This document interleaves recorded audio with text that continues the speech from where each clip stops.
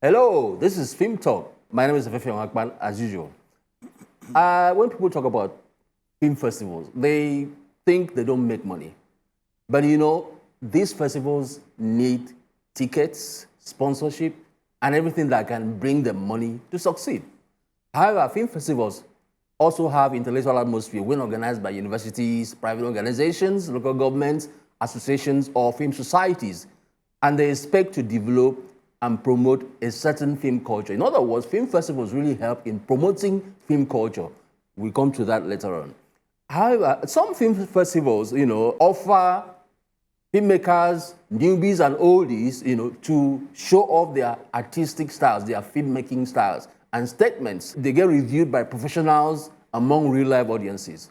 Most participants network, screen and market their movies, win awards and cash prizes. They get invited to other film festivals and really understand their niches or genre, styles.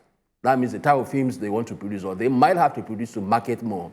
A niche or genre film festival is happening very soon. It's called the African Indigenous Language Film Festival. And it's happening in Lagos very, very soon. The founder and organizer, himself a screen content producer, distributor, and consultant, is our Filmtalk Guest today. His name is Osezua Stephen-Imobhio. Good day. Welcome. So Imobhio sounds like Akwa Ibom or Ibibio name. Okay. And it means community wealth. I begin to suspect you come from my area. However, in my own language, it means I have people. I'm from the Eastern-speaking part of Edo State. Yeah. I have people. What the Yorubas will call Molara. That's Imobhio. And today we're talking about Indigenous Language Film Festival. Yeah. Well, let's go into it. Give me some brief insight, about these titles, film titles called The Wife Hunter Producer. Wife Hunter, you were producer in Wife Hunter. No. Ruthless, you acted in it. Isio, you were executive producer. Goodbye to Trouble. I didn't know what you did there. I also act and I think I produced that. My wife directed. So yeah, give us some insights so that we know. I know you've come a long way. I mean, the last time I saw you was about, 15 years ago or maybe 10 years ago. Yes, it's been a very long time. Well, for the movies, Wife Hunter, it's just a simple, everyday story of a young man who was raised in an abused home. The father, and this time around, usually it's the father they put, but the other is the other way. She left the man and the guy watched his father. I think that thing affected him. Okay. And the father eventually died. But somehow he managed to beat through the odds and become somebody successful, but not in terms of marriage, because that relationship the mother had with the father kept haunting him. So he couldn't stay with a woman for more than a year or two. He would think one day she would do this to me. And so he was hunting for her. So he had, I think he has about 3 or 4, he has up to 4 different marriages before the end of that program. He was hunting for the idea. Yes. And Isio is about is hope for waiting mothers. And for what we are telling them that for those waiting, it's God that gives children. But you don't need to kill yourself over it. There's always room for adoption, and there are 1,001 children out there looking for someone to bring them up. So if you are ruthless, of course, I think that's the story of an abusive marriage, and the whole thing just go on like that. But however, I think the main thing you draw from what we have done so far is that we don't make movie for the sake of movie making. We make movie to inform. We make movie to educate. Then entertainment, of course, is always part of it. I think that information, education is very key is a very key element in any good movie making for any producer that knows his onions. So how did this experience in these 4 movies and many others that are, because I've known you've been in the industry for a long time now, really, really enable you to organize this festival that you're looking forward to, that is coming home in July. You had to move the date from, I think, Yeah, from last week of March. okay, to July. Yeah, because of the election and all that. How did these experiences, actually support you and enable you, plan this festival? Well, I think it just, I would say it's a necessity. This festival, Africa Indigenous Language Film Festival, it's coming for me at the right time, because I've been in the industry, like you said, for a while now. I've actually spent a little bit about 3 decades. Yes, before the brand Nollywood came, I was Mr. Bankole in Vigilante. We shot it in February 1986. And I've been in different projects, both stage and TV and all that. So it's like you study the trend, the way things are going. I told some of my colleagues some 5, 6, 7 years ago that this industry will go down, then it will come up again. But coming down and coming up, by the time it gets up, some of us in the industry, if you don't plan well, you realize they are taken to farming or some other things. Because you need to actually, you look into the past, you look at present, look at some other countries, so it can help you to project into the future. So where we are today is that you have the hundreds of millions to make good movie that will go to the cinema and get a good story, then you get some returns, you can be relevant. I don't know how many people will be able, in the industry really, can put hand and raise 100 million now. Just some few people when you compare to the hundreds of people who are in the industry. Then the other set, of course, we have the new one that technology have thrown up, those doing skits here and there, and they are still making. But all this boy meet girl and all that we've been doing over time. When you shoot, you take to the network. I don't know if I'm permitted to call names.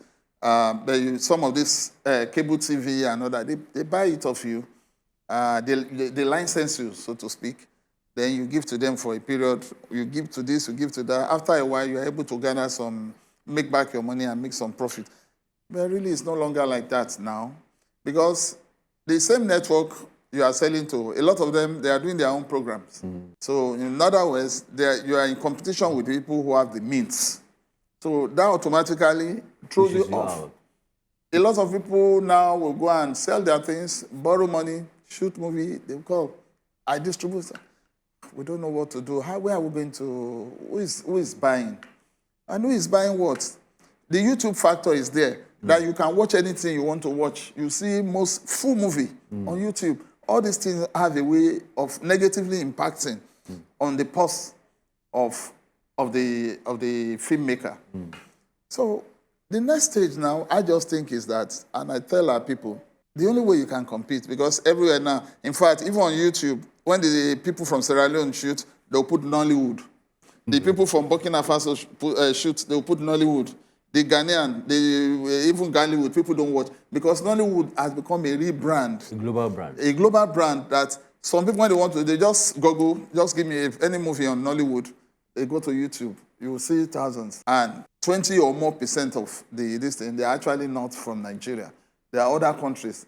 But they use the name. You know the way Google works.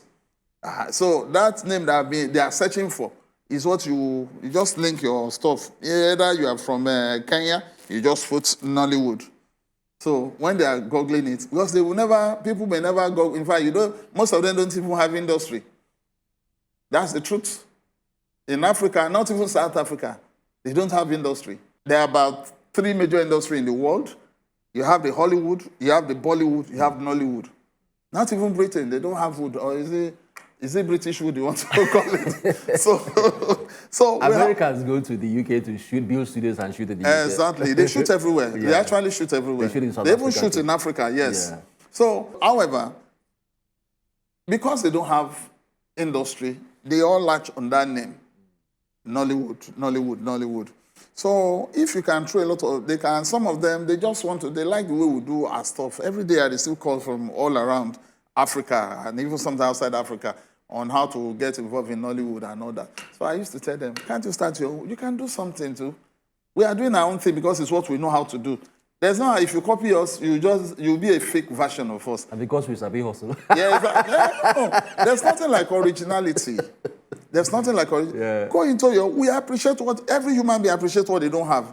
You appreciate us because you don't have the things we have. If you show us your things, we appreciate you. You know, the grass is always greener in the next man's compound. So that's what they say. Coming back to your question.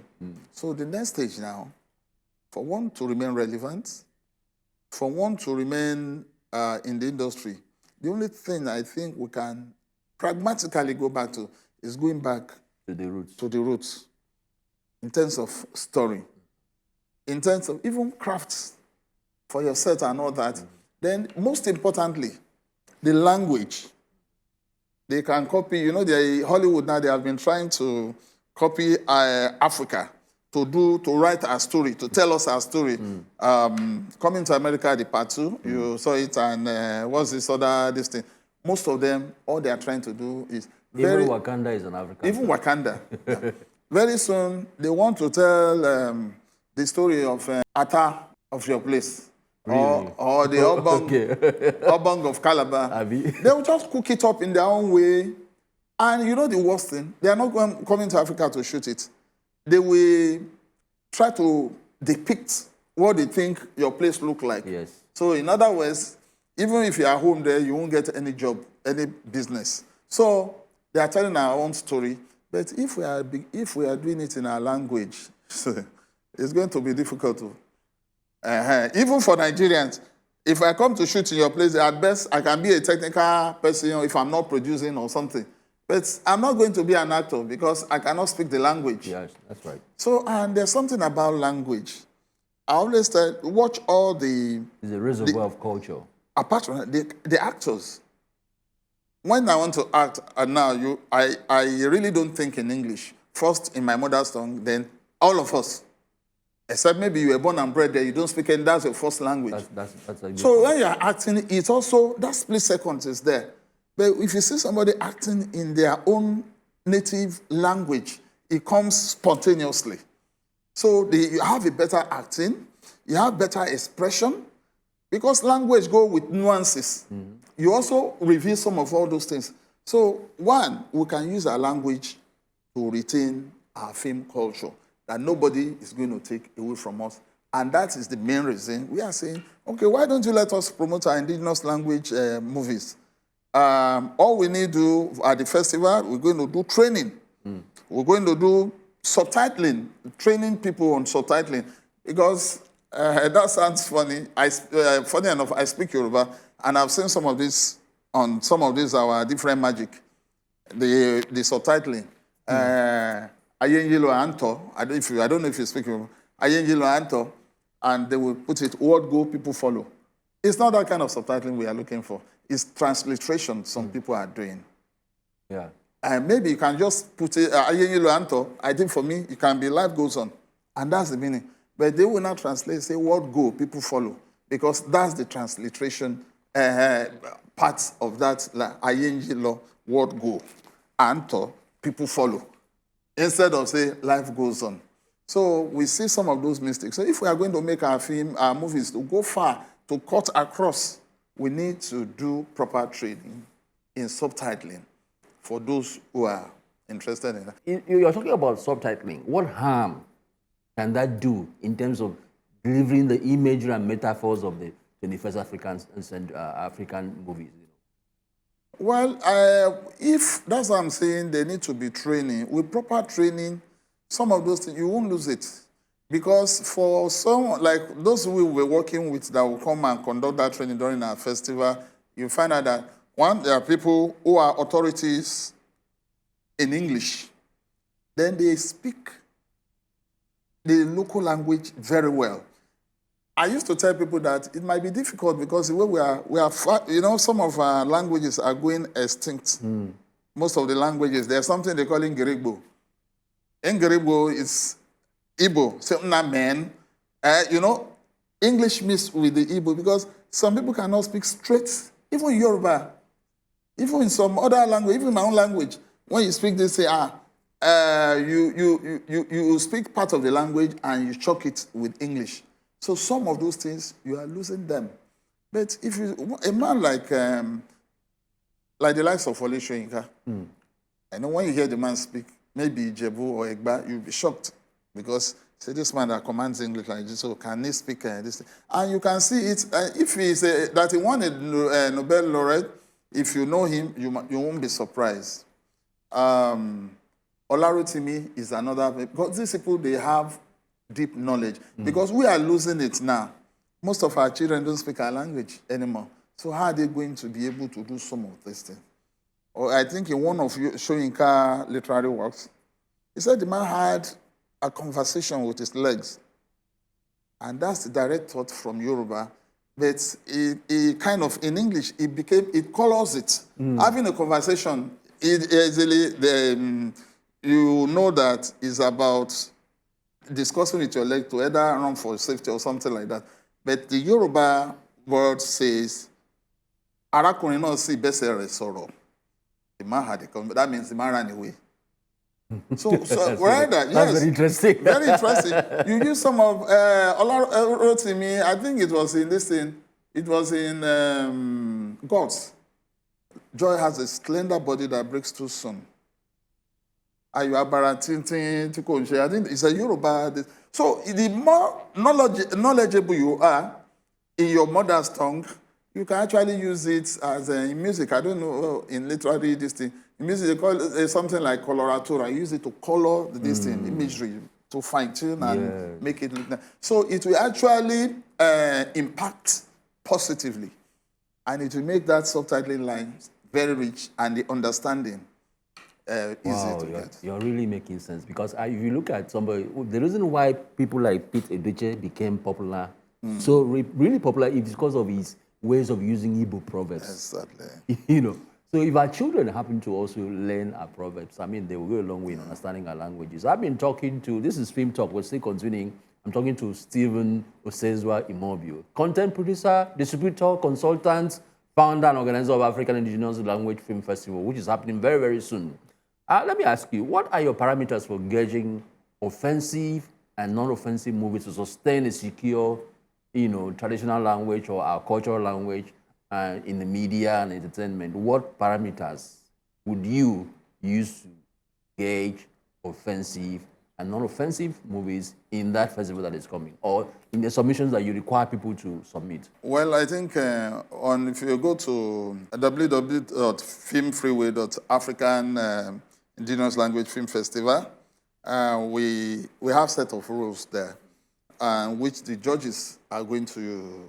Unfortunately, I'm seeing a lot of submission in English language, and I think to a very large extent, those ones are already disqualified. I don't want to prejudge. I want to leave that for the judges, but I think that's one of the conditions. What we want to promote is actually indigenous language, Africa indigenous language films in Shona. Shona is a language spoken somewhere around Zimbabwe. In Zulu, in Yoruba, in Hausa, in Igbo, in Kiswahili, and let's celebrate Africa. Africa is rich. Culturally, we are very rich. So we have that. But we take all John, long, that's feature length, short movies, all those. They are all, we've received a lot. We've received over 100 entries. And basically... If you look at Africans, when they use Oyibo language, they toast women. so will we ever be able to use our own beautiful love languages in families, in relationships? Would you say this festival would go a long way in doing that? I think we even have more love languages in our local palaces than the English that we speak. Than the English. And for the English, for us, when you say love, English, love is a generic word for endearment. Could be from father to mother, could be from husband to wife, could be from son to father. But we, in our various languages, in our rich language, you have the kind of language you use that they know this one you're talking about your lover. This one you're talking about your father. This one you're talking about your daughter. This one you're talking about your sister. So I think it will even help us more. We have more of those, more of such languages for love as Africans. Oyibo didn't teach us love. Oh. In fact, they lack love. That's why they keep shouting love, love. It's one thing they lack. That's why that's why for them, suicide and other things is very easy for them. You can do a business deal and the thing fails, you decide to commit. It's not common here. Of course, maybe in the last few listings, but even then, it's not something you compare to what they have. And in our own society, traditional African society, love is actually social security. Yes. Because when you're down, nobody lets you down, especially in the extended family. Not now that we're being to embrace Oyibo lifestyle. That's what is killing us, embracing that way. So that's why we think with film, we can restore some of this lost culture. We can restore it. We can reintroduce it. How would you manage the nuances of voodoo, witchcraft, or juju, which seem to be pervasive in indigenous African arts and culture, or maybe language in Nollywood? If you take the Indian people, they've been able to make music the standpoint of their movies. No matter what the Indians, even when they are fighting wars, they see. So our own Nollywood has been known, they produce voodoo, and I'm not saying there shouldn't be freedom of worship, because even the Yoruba Ifa has gone a long way in influencing Southern American states. It's there in Haiti, it's there, in the Caribbean. But how could we? I'll give an example. I interviewed the producer of Shantytown, and I pointed out to her that in Shantytown, juju was practiced, but then it was done with such beautiful subtlety that you don't see them going to a shrine. What the guy simply did was to hang a necklace on somebody, and it took effect. Then we now saw how the woman who used to practice juju now opened a photo album to show how she had practiced these things, in the past, and now she's regretting. That subtlety for me is more beautiful than always seeing people going to shrine to consult a witch doctor. So my issue is in subtitling, in terms of language. How would you, communicate? How would this ever help us tone down? Many people all over the world are superstitious. We are not the only superstitious people. Oyibos drank human blood. They ate human flesh. Just recently, in the Middle Ages, because they believe in African, they drank African blood. Believing that it will help them, sustain, increase their lifespan. How do we ever manage that? The first thing I felt like asking is, I'm a Christian, so that you don't get it mixed up. Okay. Those practicing African traditional religion, what really is wrong with it? Such that if they depict it in a movie, then we'll begin to... Is it because it's not the whites that brought that? If they bring it, then we will celebrate it. I think, take for instance, we'll go to court. Are you a Christian, Muslim, or a pagan? Most times, people say they are Christian or they are Muslims. You hardly see people say they are pagans. You hardly see people wanting to swear. But I tell you, if they bring one heavy juju man with heavy otumokbo, and you hold it, they swear, you won't tell lies in that court. So, and that goes a long way to explain when people were practicing that, people don't go about sleeping with people's wives. Yeah. People don't... In fact, I think we still met is growing up those days when you are traveling from Lagos, maybe eastbound journey, you might see 3 tubers of yam. They will put like 3 stones on a leaf. Somebody, a traveler, I said, okay, I think I like this. He agrees. We put those 3 shillings or pence, or depends. Each of those 2 represent. The owners of those things, they are right inside the bush where they have their hamlets. This one is by the express. The man will take the yam and put the money there. In the cool of the evening, they will come out either to pick their yam or the money. Nobody takes it. But the more we get used to this foreign culture, things begin to go haywire. Yes, a lot of things. Your mother has to call you to tell you, I'm coming before you can enter your house now. For nobody, anybody coming from your village those days, and you are in Lagos, you don't need to have any blood relation. Say, one of our brothers is in. And that's why in African, most languages in Africa that I know, you don't have name for uncles, cousins, or things. We are either brother or sisters. We are brothers and sisters. Or my father. Or your father or mother. That's your job. If somebody old enough to give birth to you, she's your mother. Somebody old enough to give birth to you is your father. Don't say, your cousins, they are your brothers. And that went a long way. Your sister. Yes, that to foster that created bond unity. And enable society to watch over grandchildren. Yeah. I was telling someone, even as a primary school boy, at school time, for whatever reason, you are outside school going, somebody, a man you never knew, will just say, small boy, where are you going to? Why are you not in class? If you don't have good excuses, he will give you enough, carry run to your class. He doesn't know you. And if he sees your parents, he might even say... He doesn't even know them. He give you every knock on your head and you run back to school. So that was the kind of society we had. So the more exposed to these foreign things, foreign movies, that's why we begin to do and think of all abominable and unimaginable things. Wow.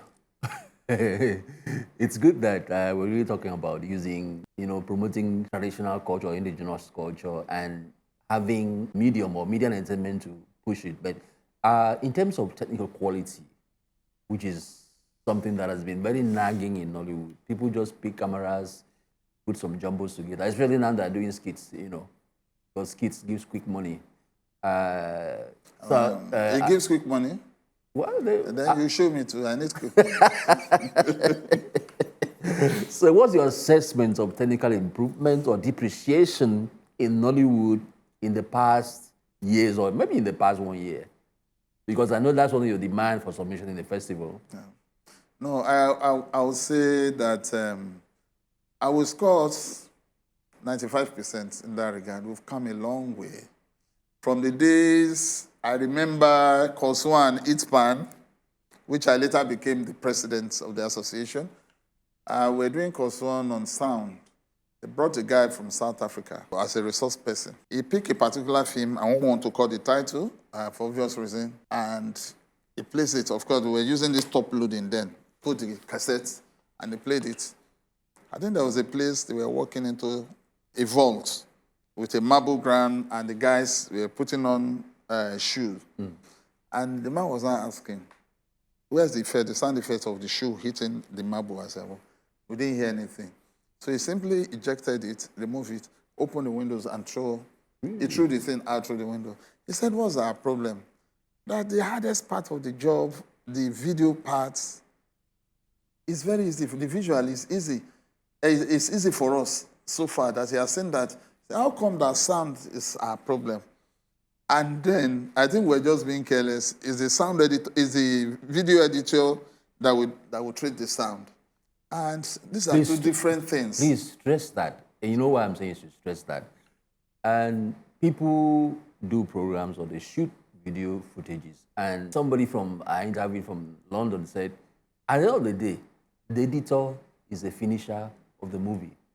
Can you stress the importance of the editor? Yes, like I was saying, the video editor, the visual editor thinks in picture. The sound editor thinks in sound. So it's not the same thing. Yes, you may have an idea, but there are some people, all they just do, as they are watching the movie, they are not saying anything. What they are listening to is the sound. That's what in fact, they are saying. Let me put it, they are saying the sound. With the sound. They are saying the sound, not even hearing it. That's right. They are saying the sound. The sound becomes interpretation of the movie. Exactly. And that's how it should be. You should be able to close your eyes and play back the movie from beginning to the end and understand everything. And feel the mood and all that. Yes. You should be able to mute the sound and watch the picture all through. So, but that's why for Ailff, we're going to take, if I will start from scripting, screenwriting, which is very key, is the foundation of everything. If you get that right, with a good director to interpret it, you're as good as the products are finished. Then you get, of course, the technical people, the camera crew, the sound crew. When you go for post-production, the sound man should also, sound editor should actually work on it. Don't allow your video editor to be the one that will do video and do sound. They are not, there's a Yoruba, they just say, "Aponle ni foreman." And now if they call you foreman, it's just overhyping you. That no one can do 4 people's job. So let everybody, there should be professionalism. The sound is for an post-production sound editor, face it. You're an editor for the visual, face it. Let everybody do their thing, then you bring it together. At the end of the day, you have a good product. Apart from, people getting trained at this festival, Would you generally recommend YouTube for training for people who need quick access to training? Would you recommend? Because I do a lot of that, if you don't know what you're doing, please, can you consult YouTube? I play guitar, but some professional guitars will tell you, don't go and copy YouTube because you play nonsense. At the end of the day, if you're talented, if you use YouTube to train yourself, you'll be better than somebody going to read classical music. I have a son who, my son they play different instruments. Trumpet, sax, my first son plays violin very well. During the lockdown, the E string of the violin, one of the most important string, that's the last one, is the tiniest. The tiniest. The thing got broken, and no extra, and we cannot go out to go and look for. So he abandoned this thing. He went on YouTube. He learned how to play piano, keyboard on YouTube. To feel the time. As we're talking now, in my church, the youth church is the choir master. See? He plays for them. If I sing, he can back me up. He plays very well now. There's not one day for it. Yeah, I can remember you sing too. Yes, I do. I'm still talking to the rounded artist, Osezua Stephen-Imobhio, content producer, distributor and consultant, founder and organizer of African Indigenous Language Film Festival. My next question would be, do you often ponder how modified linguistic registers in Afrobeats, we're going global now, Moving, okay. might likely erode real reality of African cultural space? I mean, somebody like Wizkid, if you hear him sing, you can't distinguish whether he's a Jamaican or Nigerian. What's your comments? Well, what I'll simply say is that you are from Akwa Ibom. I don't know, is it Efik or Ibibio you speak? Ibibio. You speak Ibibio. I speak both. I was born in Efik land, but I'm Okay. an Ibibio man. I speak Yoruba very well. I speak Isha, English. As you have various languages, music on its own is the language of its own. Very universal. And it's universal. And that's why even for those playing sheet music now, if you put Fela song, like some of those, I think from the US, this military thing, they came in one time and they play. Once you have that score, take it anywhere, even if they bring it from India, you play. And in similar vein, the act of singing, because I think per generation, per time, you have a style that trends around the world. Yeah. Those days, there was a time it was funk. There was a time it was disco. There was a time it was... And now, I think it's the new, rediscovered genre, Afrobeat, that is everywhere now. In Pakistan, I think I saw some ladies were going to punish for not wearing the hijab, and they were dancing to, I saw it online, they were dancing to one of these Afrobeat songs. Afrobeat is everywhere. We were talking about the craze with Afrobeats and the likelihood that Nollywood should toe the same line, especially with you bringing up, this Indigenous Language Festival. Okay. What's your forecast? Let me use the word forecast. Okay, I think what we are trying to do is Nollywood is everywhere today, but are the filmmakers, Nollywood filmmakers, are they taking advantage of that? I'll hold you to that. Let's finish. That is one. So what we're going to do is to just bring in people. Now let's leverage on this popularity, the brand Nollywood that is everywhere with our indigenous language content, so that maybe they've had us for almost 2 decades now. Now you need to introduce something new so that it doesn't look stale. So when you bring the indigenous language on, we know that one has come to stay. Okay. The indigenous language on, we tell them more about you, tell them more about your language, tell them more about your culture, tell them more about your belief system. The culture by, I think, United Nations, it says it's a totality of a man's way of life. Your food culture, all those things will also be revealed through this. So that's why we're encouraging more and more of our people. Let's go into this genre of a film. Let's promote ourselves. Let's promote our language. Let's promote our culture. Let's promote our beliefs. Let's promote even the African language, African religion. What do they really? Because you have to. It's all encompassing. So that's what we're going to be doing here, and that's why I want to bring those who are already in it. That no, you have to up your game. technically, you have to up your game. That's why we'll talk about, in the area of sound production, sound collection, we'll talk about camera work, we'll talk about the scripting, which, like I said before, is the basis, foundation, the the foundation architecture. of, yes. Then you can, for me, acting, you don't even need to tell the people who are into that how it comes naturally. It comes naturally because it's their language. Then my issue is, you've just made the point that filmmakers are not really making. I think the basic is in South Africa. They're not as big as Nollywood. Oh, no. But South Africans have, very organized industry. They toe accountability line. They do probity. You don't take money from the South African government or the African Commission and you don't come an account. And the reason why Nollywood is not making so much money, because if Nollywood could organize itself in terms of guilds, in terms of accountability of the leadership from the leadership of the guilds, Nollywood could say, tell Netflix, you can't pay me $10,000 for my film. I need $1 million. Because whether we like it or not, those guys can't come here and dump $1 million or $100 million without asking you, what is the return? Many years back, I was at a seminar at National Theatre Igomu, and BGL Finance, a guy from the restaurant said, look, if you don't account for what we give you, we cannot give you money. So when you talk about budget, it's either we get budget from collaboration, we remain accountable, we show our score sheets, this is what we made, this is what we invested, so that you can walk into a bank and your accountability becomes bankable. So what's your comment about organizational accountability? Well, I think first and foremost, corporate organization, especially, corporate organization should come and support the brand Nollywood in various ways. They are not taking advantage of Nollywood yet. Are those in the industry taking advantage? I'm coming. Okay. They need to come in. They can use movies to push their brands. When you are shooting a movie, somebody will talk on phone. Somebody will drive a particular car brand. Okay. Somebody is going to have a kitchen and put some kitchenwares and a particular brand. So are they leveraging, and the advertising agency, are they telling their clients that we can leverage on this movie to push that story forward? It's not as if you are coming to something relevant to the story. You don't just use anything. Every day they use phones, everybody uses phone, and RMD is using a phone.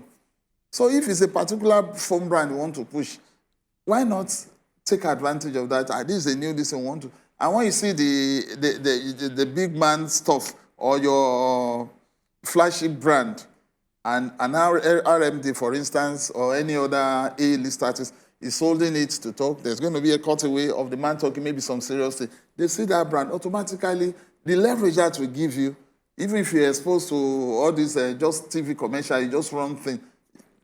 Most of the time, people skip adverts anyway, especially now with this digital stuff. You just wait for the thing. You are not even interested to know what advert it is. So implant it, use it to push that story forward. That's why I say they are not taking. Then the banks, they don't know any. I'm able to say the banks know nothing about the industry. They want to give you money the same way they'll give the man who is going to import jeans from China money, and after 60 days, you are still at the pre-production stage of your movie. Yeah. And they expect you to pay back. Not possible. So they need to understand the workings of the industry. It's a long-term investment. Exactly. You must understand the workings of the industry for you to know how to carry on, if actually you are going to assist the industry. Then the third level, which is the key thing, is distribution. Nollywood is making money, a lot of money, in hundreds of millions of dollars, but the practitioners are not making money. Why? The content producers are not, because the platforms, and it's not run by, even most times, not even by Nigerians, that's just the truth. And why did somebody like, what do they call them? The platforms. Why did Njoku succeed? How many Njokus are there in the industry? I don't want to say he's a lucky chap, but I'm sure he planned it. Yeah. Coming in from outside, perhaps, maybe connection from outside. Our mentality of being too. No, maybe connection from outside before he came in, because he came in purposely that I'm coming to do this. We don't know, I don't know his story, But I know he came in, and after a while, to God be the glory, he's doing very fine. But he met people here who are still trying to dig it out. But what I'm saying is that, and the area of distribution, and that's another thing, Ailff is going to that platform where the users of the content and the producers of the content, we have like a market too. They will meet. They are going to meet on this platform. Then again, I ask people, now with the digital era, we have all the flicks of this world, Netflix, this, Amazon, and the rest, Igbo and all that. Is there anything wrong if we have our own flicks? You see, we're saying the same thing because, my brother, if we don't hold it tight, this is like them coming to mine oil like they came in the 50s. No, that's what is happening. But with Ailff, a lot of these things. Okay. I also want to chip in that some time ago, somebody came in with a story idea. She wanted to do a story that she would sell to the Saudi Arabian government. And what was it about? It was about drug trafficking. How a family got into big trouble in South Africa, in Saudi Arabia. Okay. And a prince of the realm had to serve the person. But it took a lot of conflict. So I'm saying that Nigerians are not producing movies to promote Nigeria. The essence is called Nigeria. If you really want to have sponsorship from government, I mean real sponsorship, where government turns around and say, we know that this is oil, the new oil and gas.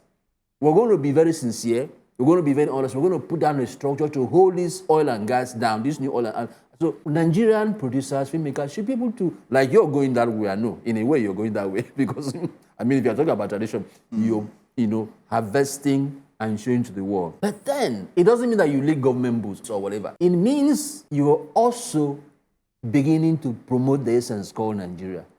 You understand? I've seen a lot of oil and gas stories.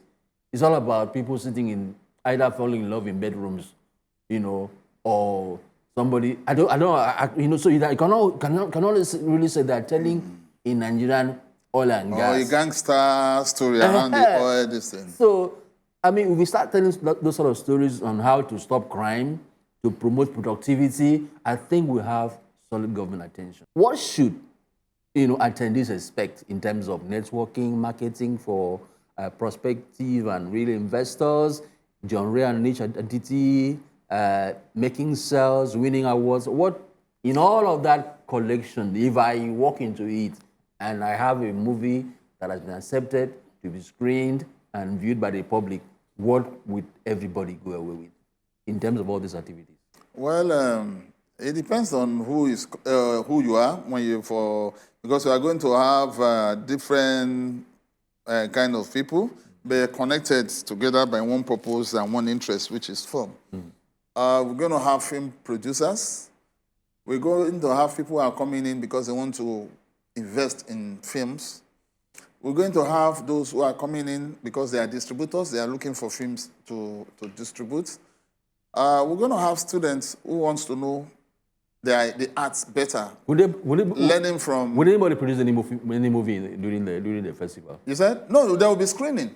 In fact, I would believe that if you had a production for a 1 minute production, it would be such an exciting. For the workshop class, that way they will be determined by those who are in charge of the workshop. Okay. For the students, of course, they may do one or two. There will be display. There will also be exhibition for those who are interested in buying maybe cameras and other equipment, sound equipment. We're going to have exhibition, and we're going to be having it at the Cineplex of the Nigerian Film Corporation. And the award come big party. Africa is celebration. Festival is about celebration. We're going to have that at Freedom Park on the last day of the festival. We're going to have award come appreciation for those who have been there, who have supported the industry, that genre of movie, the indigenous language movies. Those who have been supporting it, we're going to give award and for some movies. I dare to say one of the movies that made it from last year, even this year, is Ageshikole, King of Thieves. It's going to be screened. Okay. We're going to do some screening. So we just look forward to every one of you coming, and it's going to. When you say festival in Africa, festival is all about celebration. So we're going to have high life music. which is the African music. I know you're going to perform. Yes, which is the African music. I know you're going to the perform. Nigerian, yes, because Ailff is, all we're doing is that we're bringing all Africans together under one umbrella. We all have almost similar challenges. So we're going to come together and face our challenge and have the breakthrough together as an industry, as an African movie industry. We're going to have that breakthrough that we've all been hoping for. So we need to come together and talk. There's going to be conference on the way forward. There's going to be conference. Africa Indigenous Language Film. Which way? I hope parents can bring in as many children as they could bring in, because to be very frank with you, this generation, this so-called Gen Z generation, they don't have a hung of languages. They don't have a hung of it. Mr. Osezua, it's been so good having you on Film Talk. I look forward to having you again after the festival. Thank you. I hope I'll come into the festival too. Thank you so much. Thank you. We look forward to seeing you and come and cover some of the things we are doing there. Yeah, it will come in. Thank you so much. much. All right.